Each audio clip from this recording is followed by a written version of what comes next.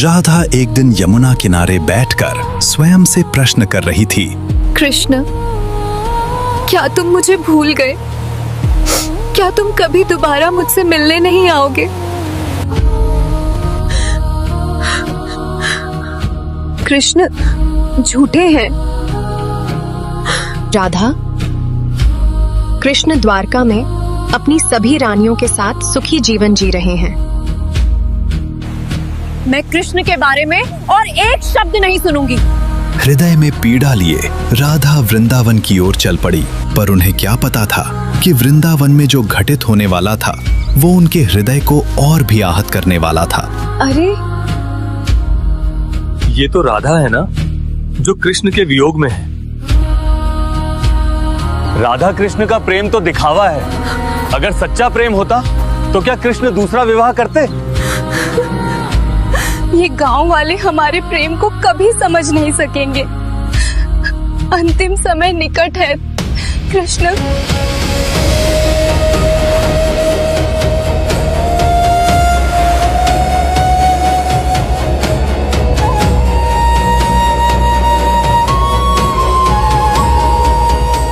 मेरी राधे, तुम बहुत कष्ट में हो ना?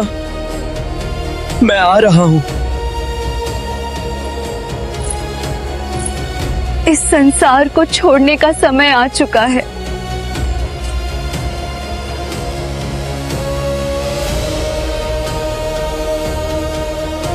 और कितना कष्ट मिलेगा? कृष्णा, तुम कहाँ हो? कृष्ण, मैंने तो रुक्मिणी को इतना प्यार किया, लेकिन वो भी मुझे कभी समझ नहीं पाई। आइए इस कहानी के कुछ वर्ष पीछे चलते हैं, जब कृष्ण और रुक्मिणी महल के आंगन में साथ साथ टहल रहे थे। स्वामी, मुझे आपसे एक प्रश्न था। हाँ, पूछो रुक्मिणी। मैं तो आपकी पत्नी हूँ, फिर जितना महत्व आप मुझे देते हैं उससे ज्यादा महत्व राधा को क्यों देते हैं? मैं किसी को ज्यादा या कम महत्व नहीं देता। नहीं, आप राधा को ज्यादा महत्व देते हो। इस तरह राधा से तुलना करना अनुचित है रुक्मिणी। एक बात ध्यान रखिए स्वामी, मैं इस द्वारका की स्वामिनी हूँ, राधा नहीं। रुक्मिणी को थोड़ा सा भी ज्ञात नहीं है कि राधा संसार की स्वामिनी है। उसी रात श्री कृष्ण के सिर में भयानक पीड़ा उठने लगी। रुक्मिणी, तुम जल्दी आओ। रुक्मिणी,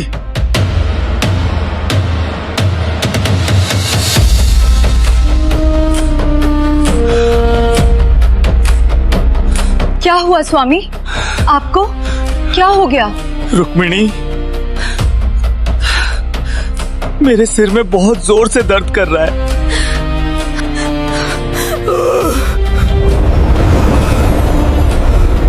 कृष्ण का समय रहते उपचार नहीं किया गया तो अनर्थ हो जाएगा। इसका उपचार कहाँ मिलेगा?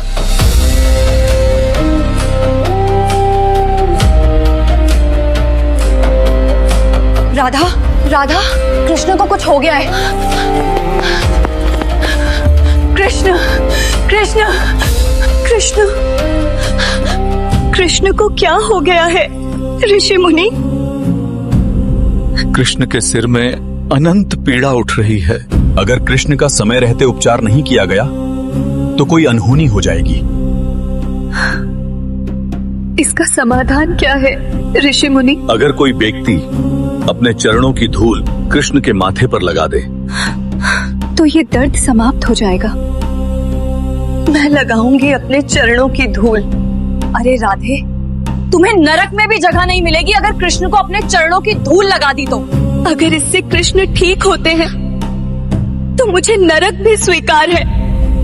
तभी राधा ने अपने चरणों की धूल कृष्ण के माथे पर लगा दी और कुछ ही क्षण बाद कृष्ण के माथे का दर्द समाप्त हो गया और वे पहले की तरह स्वस्थ हो गए। तब कृष्ण ने रुक्मिणी से कहा, ये मेरी लीला का एक भाग था। रुक्मिणी, तुमने अपने चरणों की धूल लगाने से इसलिए मना किया ताकि तुम्हें नरक भोगना ना पड़े, लेकिन दूसरी ओर राधा ने बिना कुछ सोचे अपने चरणों की धूल लगा दी और नरक जाने की भी चिंता नहीं की। उसने केवल मुझे ठीक करने के लिए ऐसा किया। इसलिए रुक्मिणी, तुम राधा से अपनी तुलना मत करो, क्योंकि राधा का प्रेम अनंत है। कृष्ण की ये बात सुनकर रुक्मिणी के मन में और भी ईर्ष्या उत्पन्न हो गई। इसके साथ ही ये घटना यहीं समाप्त होती है और कहानी फिर वहीं लौट जाती है जहाँ से शुरू हुई थी। कृष्ण, तुम नहीं आओगे तो तुम्हारी राधा तुमसे रूठ जाएगी, मैं कह दे रही हूँ।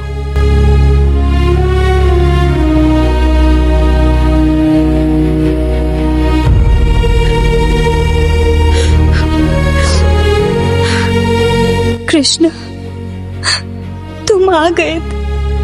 मैं तुम्हारी प्रतीक्षा कितने वर्षों से कर रही थी। राधा, मुझे माफ कर दो, मैं आ नहीं सका। अब से हम हमेशा साथ रहेंगे। नहीं कृष्णा, मेरा इस संसार को छोड़ने का समय आ चुका है। राधा, राधा, आंखें खोलो, मुझे छोड़ के मत जाओ। राधा, तुम मुझे छोड़ के कैसे जा सकती हो? अगर शुक्राचार्य हमें प्रेम के वियोग का श्राप नहीं देता तो हम भी साथ रहते। मुझे आज पहली बार नारायण पर दया आ रही है। मेरे श्राप के वजह से नारायण और लक्ष्मी को हर जन्म में प्रेम का वियोग सहना पड़ रहा है। आज मुझे मेरे ही श्राप पर पश्चाताप हो रहा है। राधे, क्या तुम सच में मुझे छोड़कर चली गई? अगर तुम नहीं हो तो इस बांसुरी को सुनने वाला कोई कान भी नहीं है। मैं इस बांसुरी को ही तोड़ देता हूँ।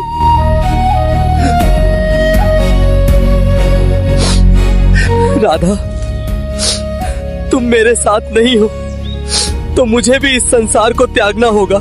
राधा की देह त्यागने के स्थान पर एक तुलसी का पौधा उगाया और दूसरी ओर कैलाश से शिव और पार्वती ये सब देख रहे थे। आज पूरा संसार खामोश था। हे स्वामी, क्या प्रेम में हमेशा वियोग ही मिलता है? मुझसे कृष्ण का दुख अब देखा नहीं जा रहा। ये सब शुक्राचार्य के श्राप का असर है देवी। नियति को कोई नहीं बदल सकता, स्वयं कृष्ण भी नहीं। विष्णु ने लक्ष्मी को खोया, राम ने सीता को और अब कृष्ण ने राधा को। मुझे कृष्ण का पीड़ा देखना और सहना अब संभव नहीं हो रहा स्वामी।